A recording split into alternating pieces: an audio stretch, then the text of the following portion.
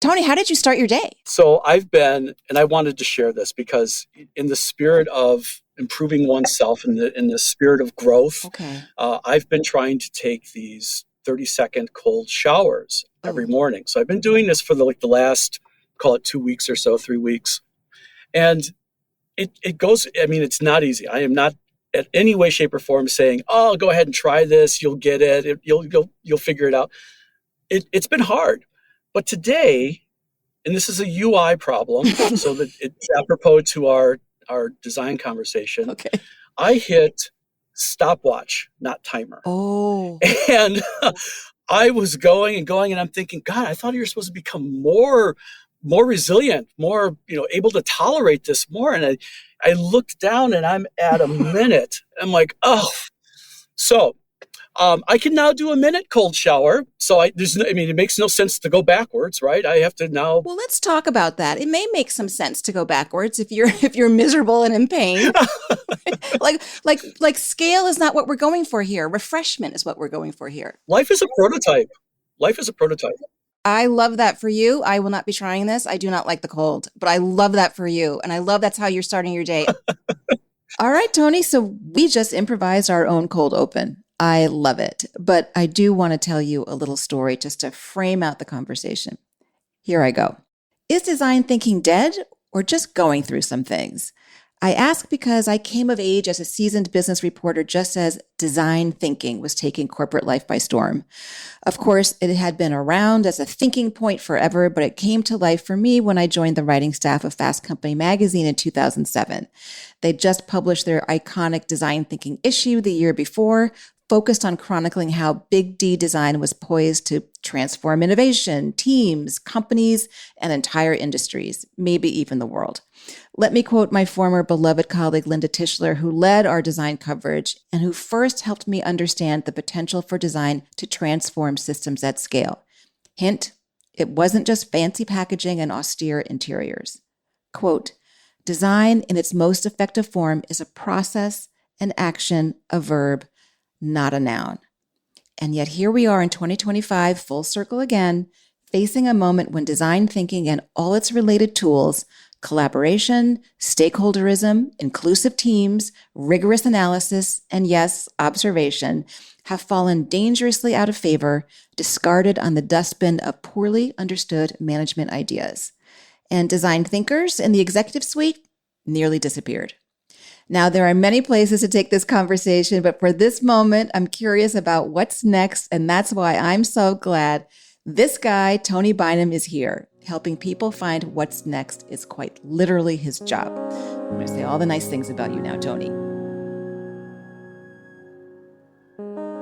Tony Bynum has been a leader in design and business for his entire professional life.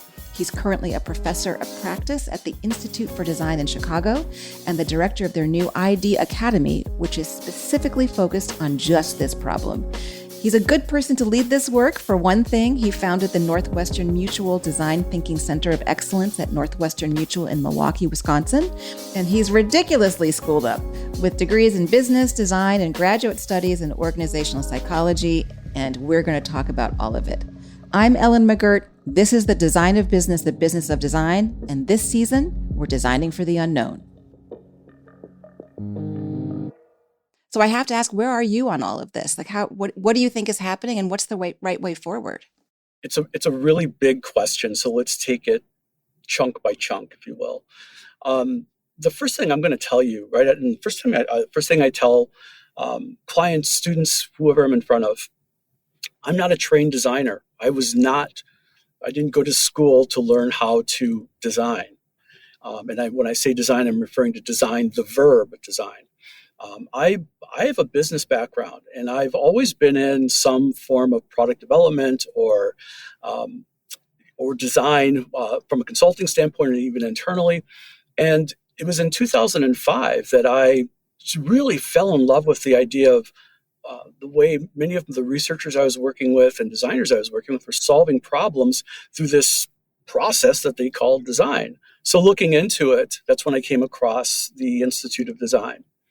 And I was working full time at the time. I was actually a director. I was at a PLM, product lifecycle management consultancy here in Chicago.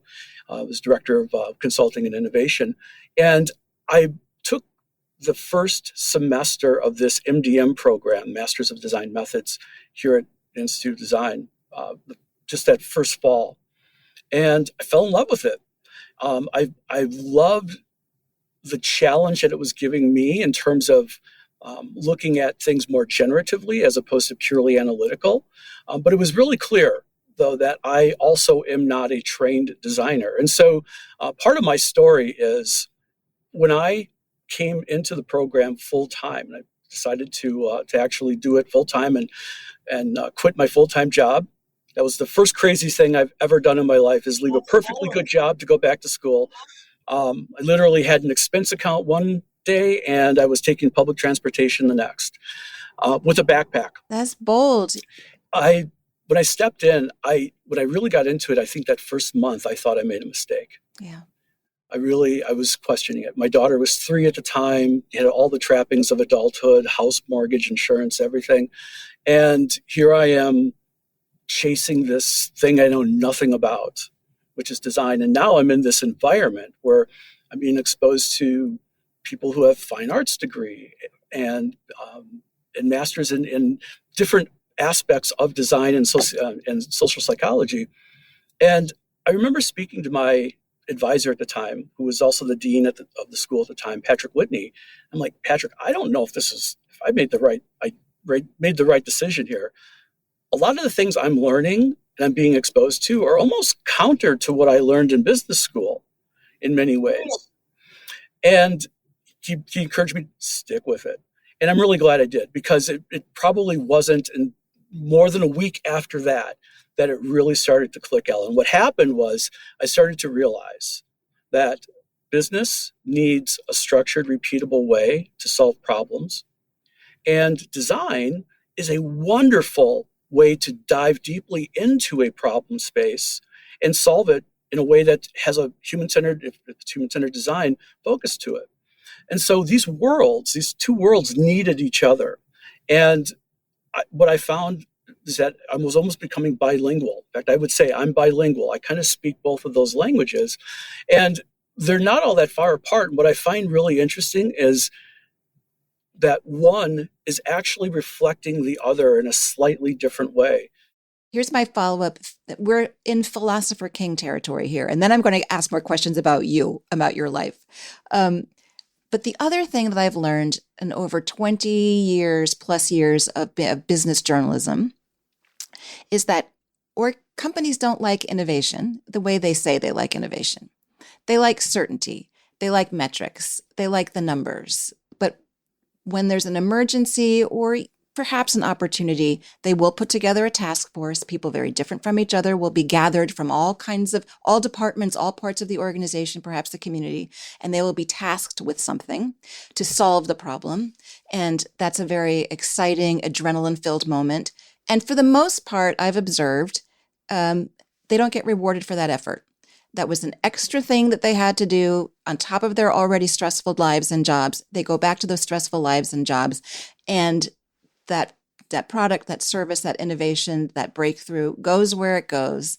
And the people who get picked for leadership positions and who grow in their careers are never the people who are in the task forces or do the innovation. They do something else that is more predictable, that grows a business steadily. That is what I think is a fundamental problem, even with the opportunity reframe. And you're a business guy. I'm talking to you as a business guy. I got to believe you've seen the same thing. 100%. So let's look at it this way. In some ways, that's not wrong. That's actually quite responsible and pragmatic.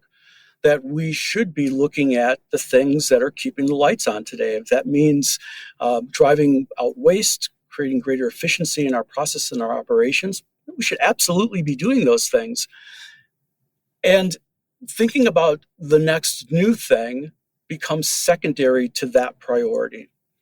Let's respect that as a fundamental way in which an organization stays alive. But that's also a bottom line approach.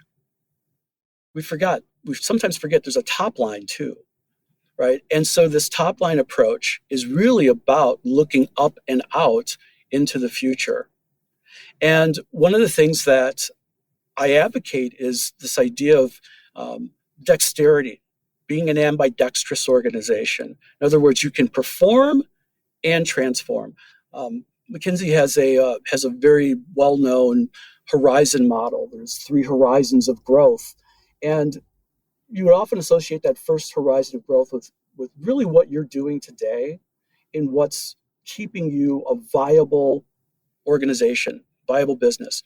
And many of your design efforts in that zone and that horizon might really be focused more on aesthetics or feature upgrades, more incremental changes, things that are taking what's already known and making small changes of improvement. McKinsey's model also has two other layers. And this second horizon is where we're thinking about stretch. We're thinking about taking what we're maybe currently doing and get it to new folks, or finding new folks and bringing them into what we're currently doing, or altogether coming up with something new. And we have to also be looking at that, because that first horizon reaches a diminishing point of return at some point. Margins shrink, competitors enter the market. So now the role of design is to be looking forward, to be predictive, if you will, of what that next horizon is asking for. And what this is all, I can boil everything I just said in the last 15 seconds down to this. It's about establishing a direction. It's about establishing a point of view about the future and marching towards it. And I think, and I certainly was taught this, put together a business plan, and that's what we're going to execute on. The one problem with that, the challenge is that, as Mike Tyson would say, as soon as you get punched in the face, everybody's got a plan, but as soon as you get punched in the face, what happens next, right? What do you do next? Yeah. Well, it made perfect sense. I'll tell you the other thing Mike Tyson said: when I hit you, I'm aiming for a spot behind your head. There you go. There you go. Like leadership wisdom from I Mike love that. Tyson. That's two in a row. I'll take it. There we So go. let me ask you this. We'll get back to the Philosopher King stuff, because I feel like I could get continuing education credits just listening to you. Like I can tell you're an amazing teacher. So you're a business guy, MBA, young family. You take a nonlinear path, and you decide that you're interested in design. You get a design credential. You join a design conversation. You become bilingual. What do you do next? Where do you go? That's a great question, and some of that has to do with the school that I went to, the Institute of Design. We like to say we help you set your aperture, look at the world through a broader aperture.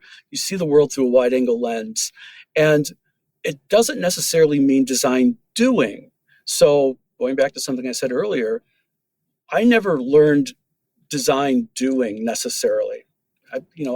I understand what a wireframe is. I have general understanding of graphic design and communication design layouts, but that's not what I do. What I do is I identify non-obvious opportunities and insights and turn them into possibilities for future growth and innovation. And that's what this school teaches. So to answer your question, coming out of this school, combined with a business degree, really kind of put me in the place of talking to organizations at a strategic level, or finding roles at a strategic level that were direction setting, roles where I could see above the dashboard, so to speak. This is a very long way of saying there was no role out there for me. Right. Yeah. there was no title that was specifically describing what I just described. And so what I had to do, and what some of our students have to do, is sometimes we have to ask, what's going on with your business? What's going on with your organization? It might not just be a business. What's going on with your foundation? And then I will tell you what I can do, because we're problem solvers. We see a lot of moving parts. We see the non-obvious. We make connections that sometimes don't always float to the top, but they're seeds of potential futures.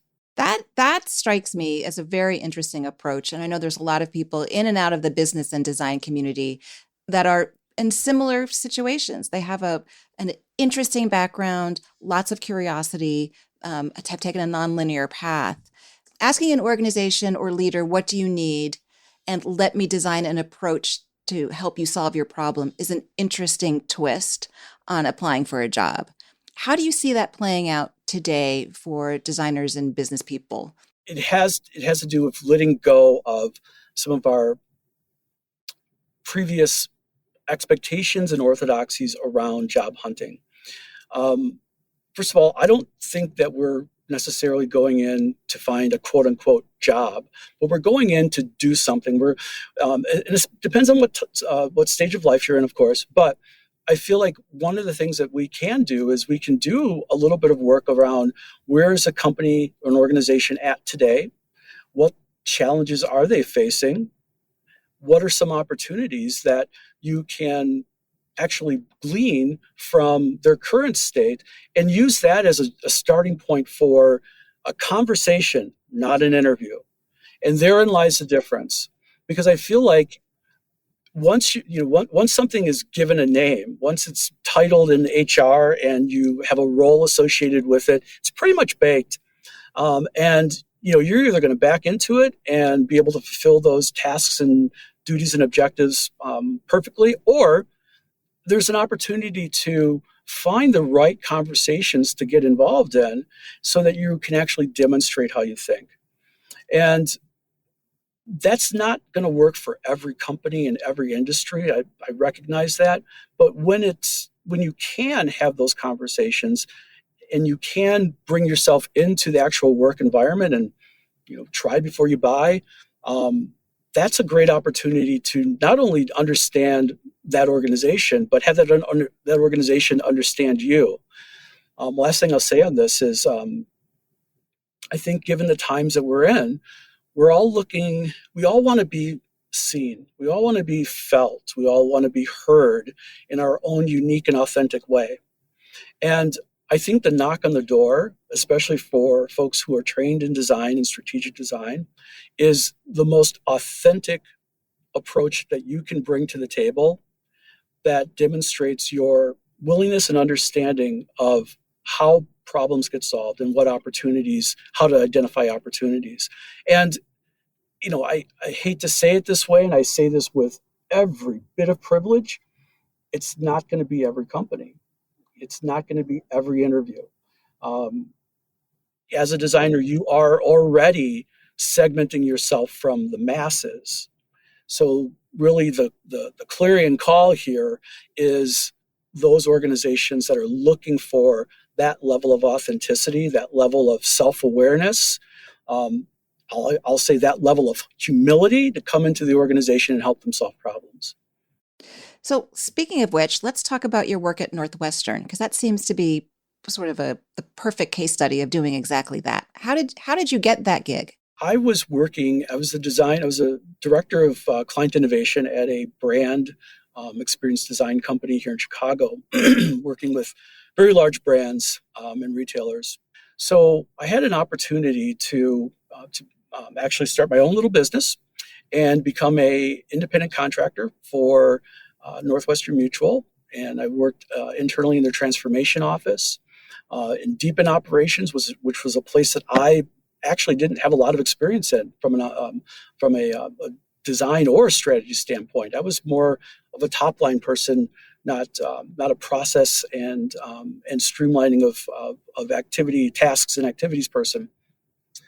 That role allowed me to do training and consulting and mentoring of transformation leaders within the organization, bringing some of the tools and methods of design into the transformation effort. And after doing that for a couple of years, I was then offered a role to lead a design team within the enterprise design group that was really tasked with almost being like a SWAT team, going out and working within the business to bring these design tools and methods to life within the context of the work itself. And I loved it. I felt like it was a great opportunity to see broad swaths of the organization, but also have a sort of a vision or an understanding of what the real problems were. I opened my mouth And I suggested, I think we need to create a center of excellence around design or design thinking. Well, why? Well, because as I'm working with different teams and groups around the organization, I'm noticing that, some folks are calling some things insights when they're really facts. Some teams are using this tool this way, and another team's using a different tool a different way. Some teams are experimenting, some teams are not. We're scattered because of our silos. No client, no guest cares about your silos. Your silos are your problem. They are expecting one experience, one unified experience. So the Center of Excellence was stood up. I worked with the Institute of Design to actually build a in-house curriculum to train senior leaders as well as folks that were in the product and project teams on a select set of design tools and methods. We started with our leaders. We gave them a title. They were navigators. And they were learning the exact same curriculum that the program managers and product teams were learning, but they were learning from the standpoint of creating the conditions to allow design to live within the organization. They were learning it through the lens of coaching, through the lens of creating air cover for those who are actually doing the work. Yeah. And so that's what set up the top-down and bottom-up approach. I think you asked this question a little earlier. For change to stick, for transformation to move forward, there needs to be both the call and permission to change and think differently, but there also has to be the ability and the tools to do it. Absent one or the other, you have a bunch of pissed off senior leaders that are wondering why things aren't moving forward. Or the opposite of that would be a bunch of rogue teams kind of off doing their own thing, and hoping that what they're doing is going to be acceptable. So by approaching it from the top and the bottom, we tried to create an ecosystem of understanding, sort of a collective consciousness about what this meant to the organization. Yeah. Do you mind if I just jump in real quick here? It's fascinating because this is our point of view here on this podcast and across Design Observer, is that Big D design is a leadership power, superpower in disguise. And that's really what's happening here. And it's nothing, we're not taking anything away from the very specific and excellent skills of designers who are designing all kinds of things and increasingly our world. So it's very powerful what you're saying that this has worked for you. We found this lovely interview with you from the Real Blacklist, and which we're going to put in the show notes. And here's a quote from an earlier part of your life. I've always been an outsider looking in, observing, finding patterns, and making sense of the world's complexity. Growing up as the only Black person in my community, I developed a superpower, the ability to detach, adapt, and see what others miss. Tell us about young Tony. Where did you grow up? Young Tony grew up just outside of Milwaukee in a town of Sussex, Wisconsin. And at the time, in the early 70s, I was the only. I sort of represented a race from age 2 all the way through high school. And, asking Tony then and asking Tony now what that was like, you might get two different answers, but they are of the same coin. There was absolutely the feeling that I didn't fit in. I was different. I was reminded of that every single day, all the time. And after a while, that just became part of my identity. I'm different. And there were good days and bad days that we don't have to get into because I don't have enough tissues. But the real takeaway was it gave me an opportunity to observe in many ways from the outside in. And I could see how certain actions, behaviors, words had effects that, unfortunately, if you were in it, you wouldn't necessarily be able to see. And looking forward, now I would call that as almost an anthropological point of view, where you're observing, you're in it and not of it, so to speak. And so I've always felt, good or bad, right or wrong, I've always felt comfortable kind of being on the outside. And that's when I started to learn how to do observational research, user research, and I started to recognize that I'm seeing things here that are sort of hidden relationships and patterns that are really important. And there's sort of an intuitiveness that I think comes from having that outsider looking in perspective. I could very easily flip this conversation and say, I've never fit in. Um, I'm always alone. Where are my people? Blah. And that is true too. There's a lot of that. But I think as it relates to my profession, my role in design, I've found that our ability to step outside of ourselves and see others is really the superpower. I mentioned humility earlier. And again, it doesn't mean you have to agree with what you are experiencing or studying, but you have to have a level of humility to allow yourself to experience the experience with those subjects or those people that you're with. And that all came from me growing up as sort of the only. Yeah. Yeah, I hear that. Thank you for sharing that. I'm wondering if we can take that a step further. Clearly, we're in a very tumultuous moment, both nationally and globally. And it's affecting everything from politics to families to the price of eggs. What role do you think that design, but specifically what you just described, empathy, observational thinking, can play in resistance or in peacemaking or in just finding some sort of equilibrium? One of the things I tell my students here at the graduate school, and I tell our clients as well, that this next horizon of design, I don't think anyone's actually put a name on it. It's not about creating artifacts. It's not about designing things. It's about enabling outcomes.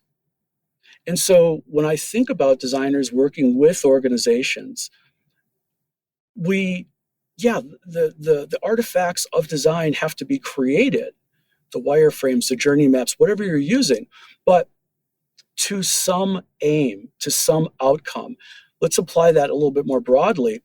We might not even call it design, but we might call it the facilitation of collective emergence. Okay. I'm making that up. No, let's keep going. Let's name it now. Like even if it's just Let's name it yeah, now. let's name it Okay, now. so we are catalyst of sort of a collective empathy, if you will, Oh, and I feel like really, I have a tough time because we have no other language for it right now.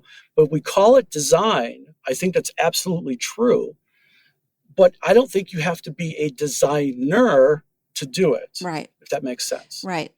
And the last point on this is, we've often talked about design for.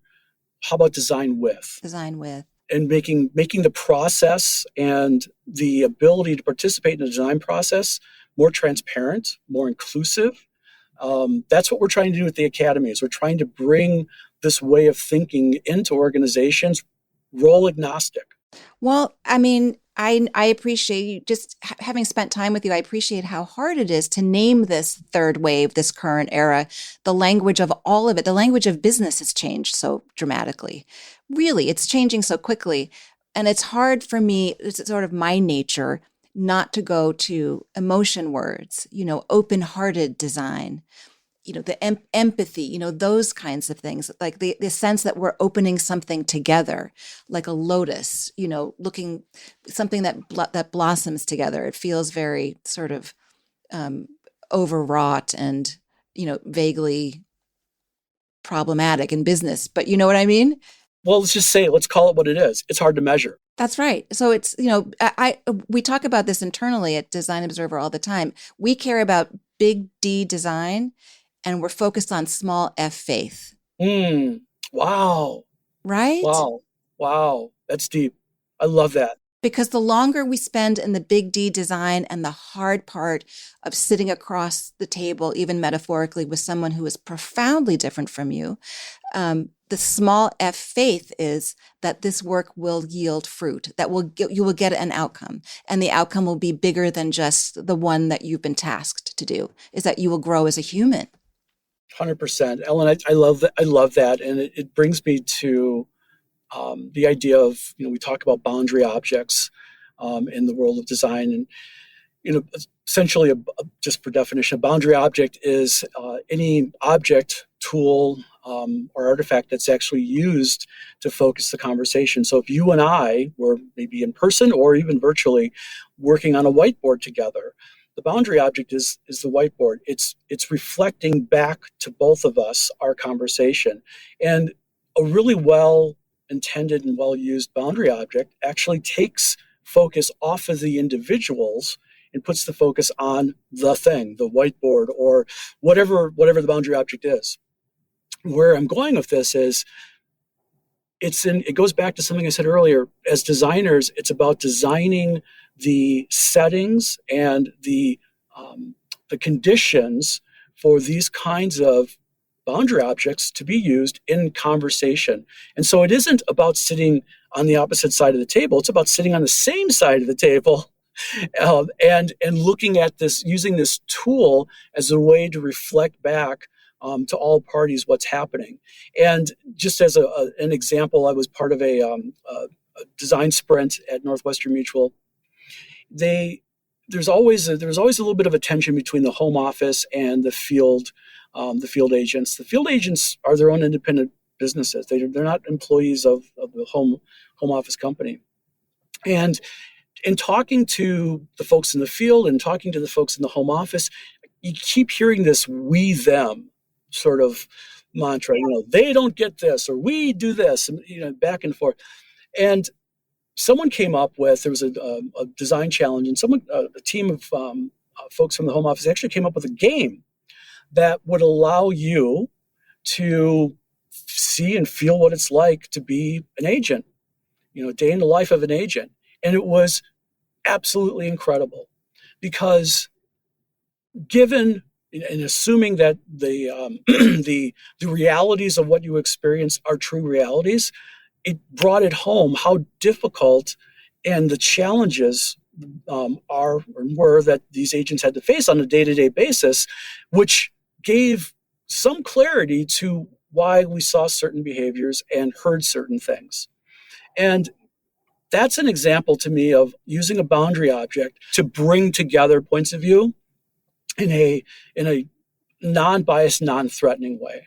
I'm a little discouraged that empathy and compassion still is an untested concept in corporate American life, right? Or that we have to give people a mechanism to activate it. But I hear what you're saying. It is easy in the day-to-day and the unusual stresses of business to forget that there's actual people on the other side of every equation, whether it's a customer or a colleague.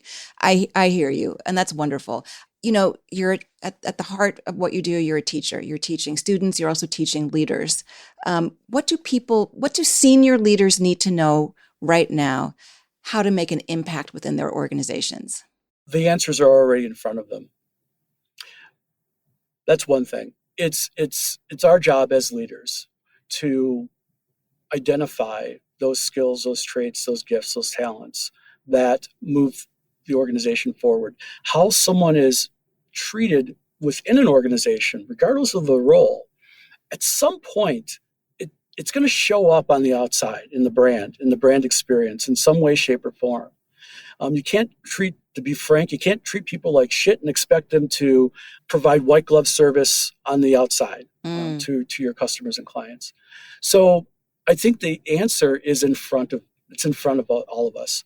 That doesn't mean that everyone is going to be ideal for your mission or your objective, but I do think it's incumbent upon us to figure that out. And what I believe that does is it allows employees and allows folks that are in project teams to come to work in their fullest self.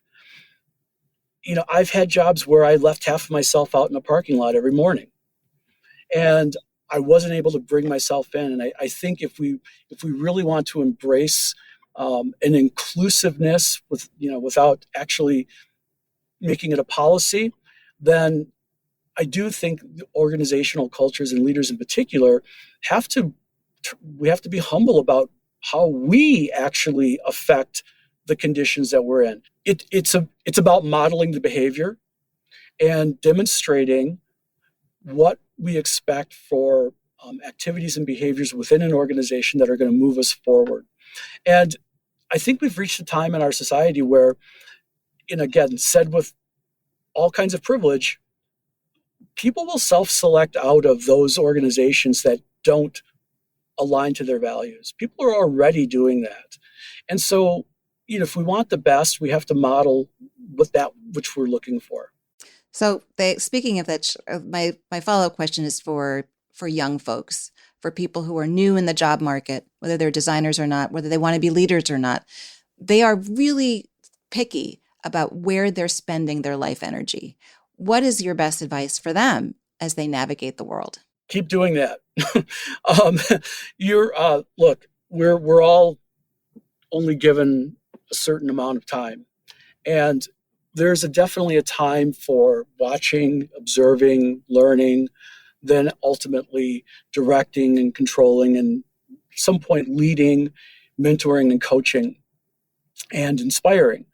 And you're never going to find who you really are, find out who you really are, until you're in a place where you can fully exercise and experiment with your talents and gifts. And so that means, if you can, be selective about the places in which you're trying to apply for.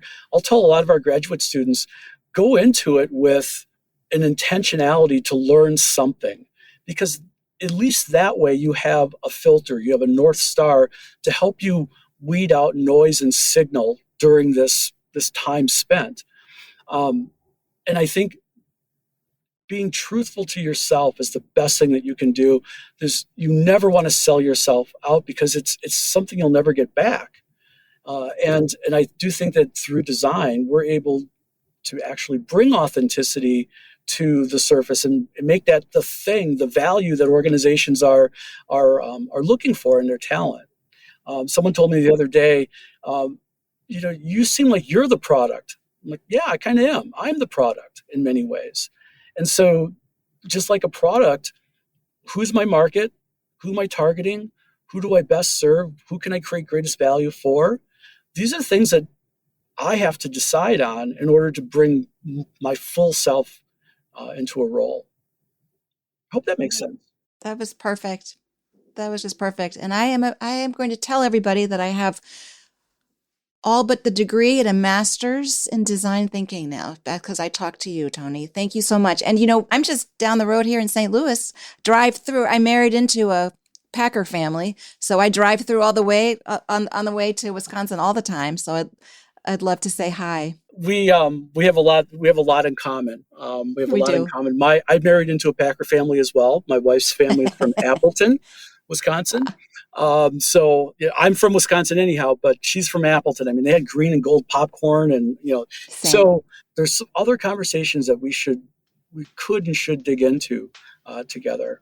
Yes.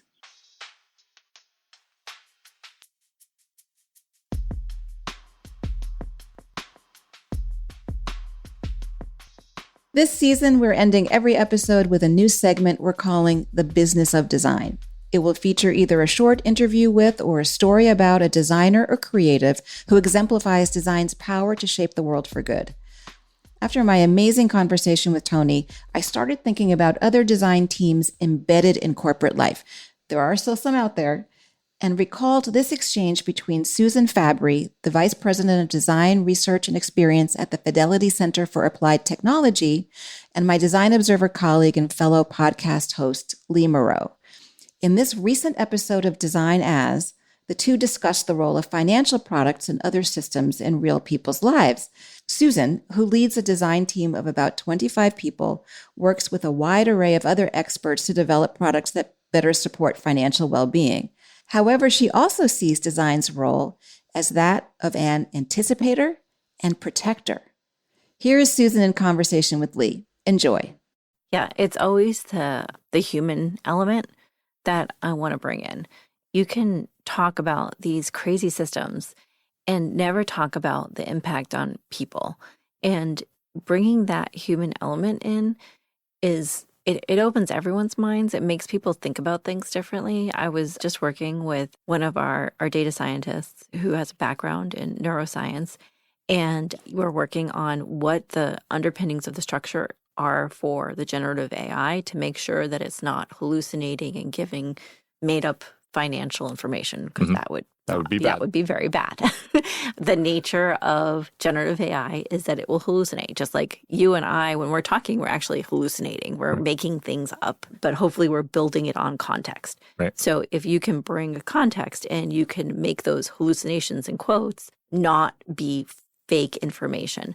So we're working with him on understanding how the structure is, and that's bringing in all of these different facets. And he'll bring something new to the table, and then we'll bring something new. And it's those cross connections, it's cross fertilization, it's those conversations that bring everybody's work further.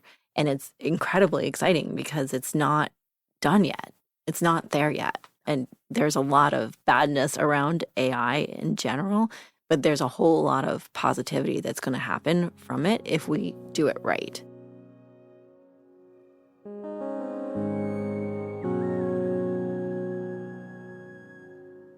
The Design of Business, The Business of Design is a podcast from Design Observer.